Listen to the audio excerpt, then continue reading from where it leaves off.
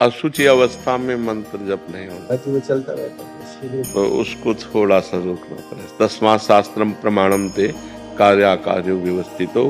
यदि प्रणव लगा हुआ है और नमो नमः, तो फिर रोकना चाहिए। शौचालय में जब हम अपवित्र दशा में हो तो मंगलमय भगवान का नाम स्मरण करना चाहिए, और जे ही आचमन करके पवित्र हो करके तो फिर करना।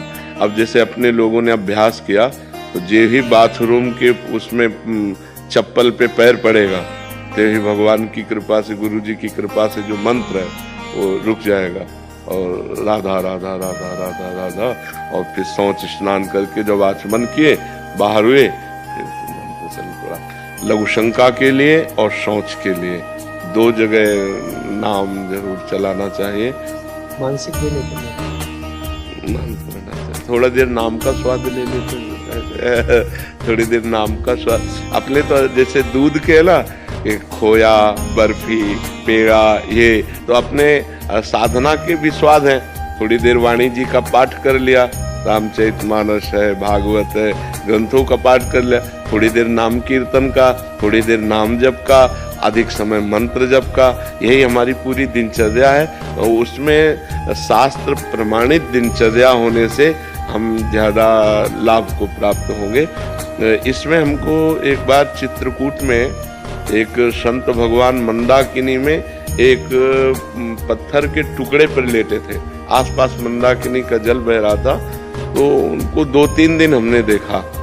फिर हमारा मन हुआ कि उनसे मिलेंगे, और जेठ के महीने में वो मोटा कंबल मिलिट्री वाला ओढ़े हुए थे। और एक और आश्चर्य, दूसरा आश्चर्य कि मंदाकिनी के बीच में पत्थर पे, तो जिज्ञासा हुई कि इनसे हम बात करें और दर्शन करें, तो बैठे रहे किनारे। जब वो निकले, महाराज क्या स्थिति, नेत्र जो है उन्मत्त अवस्था को, और तेजोमय चेहरा, और एक लंगोटी और कंबल।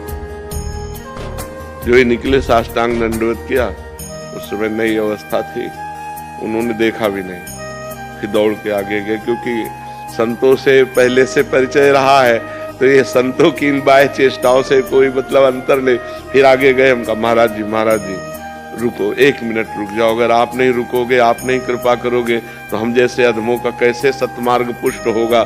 जब प्रार्थना की तो खड़े हो गए। मतलब इतना आनंद प्राप्त हो रहा था क्योंकि हमारी श्रद्धा बढ़ गई थी ना, तो अब श्रद्धा से ही आनंद होता है, तो एकदम शरीर कंपायमान। हम कहा महाराज जी बैठ जाइए, वो बैठ गए।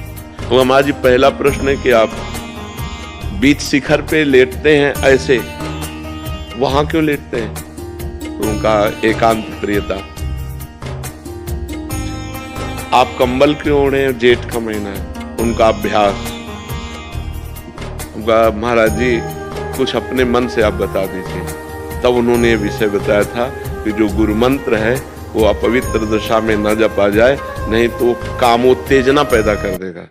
उनके वचन थे कि उन्होंने कहा कामोत्तेजना पैदा कर देगा यदि अपवित्र दशा में जपा जाए, तो वो विकारात्मक भाव पैदा कर देगा।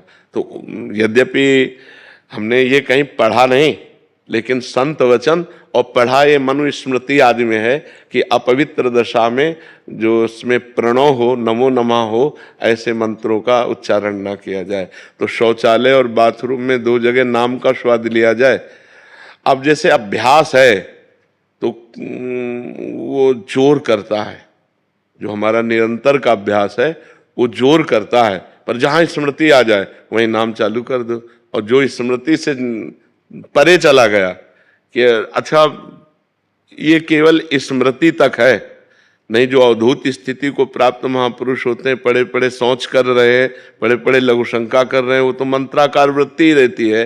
पर जब तक हमें स्मृति, तभी तक हमारे ऊपर शास्त्र शासन है, जो निगमा अनुशासन है उसके अनुसार हमें जब तक होश हमें है तब तो शौचालय बाथरूम में हमें नाम जप करना चाहिए और अन्य समय मंत्र जप करना चाहिए।